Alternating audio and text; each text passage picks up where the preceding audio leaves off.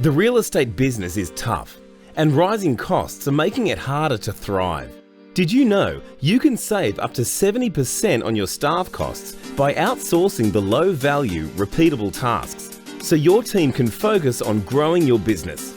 Beepo is an outsourcing provider focused on the real estate industry. With an English-speaking, tertiary qualified and fully trained team in the Philippines, Beepo will give your business the boost it needs to start growing and returning value to you. We can look after all of your low-value, repetitive administration work from our fully secure office. We provide comprehensive real estate-focused training and accreditation. The Beepo team is supervised by on-site management with finance industry standard security features. For more information, visit beepo.com.au.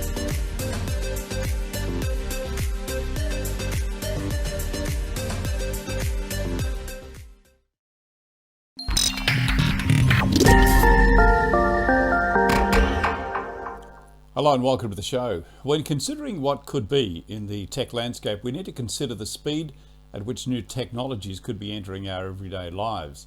If the previous decades have been anything to go by, that pace is hectic. Consider this. Firstly, the 1980s was a decade of much innovation, but it didn't have any websites, not one.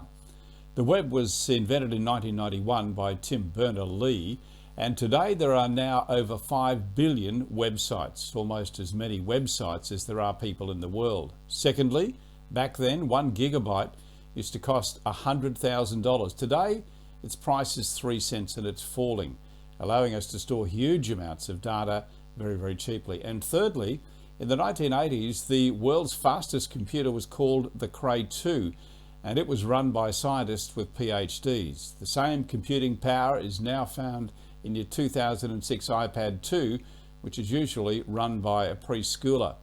Theresa Wells, General Manager, Corporate Sales at CoreLogic New Zealand, has been looking into this and has written a very interesting and thought-provoking piece about what today's tech means for tomorrow's retirement market. She joins me to talk about this. Theresa, thank you very much for your time and welcome to the show. Thank you. Theresa, my mum, when she was alive, bless her soul, she really struggled with her mobile phone. How are retirees coping with today's tech developments, would you say? Yeah, and it's a really good point. I mean, we still see, it's a stereotype of people who are older really struggling to embrace the devices, especially when mobile phones first came out and they were so small. Not when they first came out, but really when they took off in the 90s and they were very small, we moved towards that. And there's a real struggle for people to actually adopt that type of technology because I think it's 75% of older adults actually say they do struggle with technology. But there are things that are actually changing that because the challenges that they had were either physical, which is the size of the device, and I guess getting older and some of the conditions that come with that, such as deteriorating eyesight. And there was a bit of belief and attitude about adoption of technology as well. So 35% of people who didn't have access to the internet didn't believe their lives were any less the richer for it, which is fair. But the things that are changing the landscape, I think, are sort of 3 major areas. And one of them is just the people who are moving into retirement now have grown up with technology and devices and actually embrace them in their work and everyday life. And they're bringing that with them into retirement. They don't want to give it up. Secondly, the use of voice activation biometrics like using irises and your fingerprints, and even voice activation is really increasing the usability of devices, no matter what size they are and how complicated they may look. And people are really conscious of this as well with regards to people building applications, etc., for use within those devices. And they're building them to be more and more friendly for younger and older generations. Theresa, as we get older, being able to cope and remain independent seems to be very important to us. And it is. I noticed that with my mum. But it seems to me that we lose a lot of that independence because of technology. Is that coming at a cost to our old age independence, would you think? It's a real interesting question because it's not only a question for old age, it's actually a question for all of us, that we're actually moving into a landscape where we are more monitored and we're bringing in devices to our homes, into our workplace and our environments, which will actually help us do our job better or make life easier in some way or another. But in actual fact, in order to do this, they have to monitor us. And I guess ultimately that sort of thing comes down to a choice, at least in some instances, of how much we are prepared to accept that there is a bit of an invasion of our privacy, but there is an upside to us with regards to what it actually enables us to do. Because I do look more broadly as well at environment outside, which is CCTV cameras, connecting up the Internet of Things and increasing sensors, which will ostensibly help us and keep us safer in our environments. But these ones we don't get a choice on.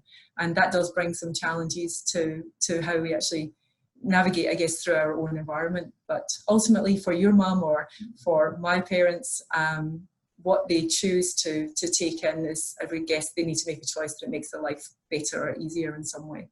Theresa, in your article that I mentioned at the opening, very interesting, you mentioned the stereotype of older people struggling with technology isn't correct. Well, that's not what the stats are saying anyway. So what are they saying? There's quite a few different studies out there, and one of them is by Pew Research. And they've actually seen a shift. I think it's more than double now since 2013. It's moved from 18% to 42% of older people in retiree age own a mobile phone, not just a mobile phone, but a smartphone.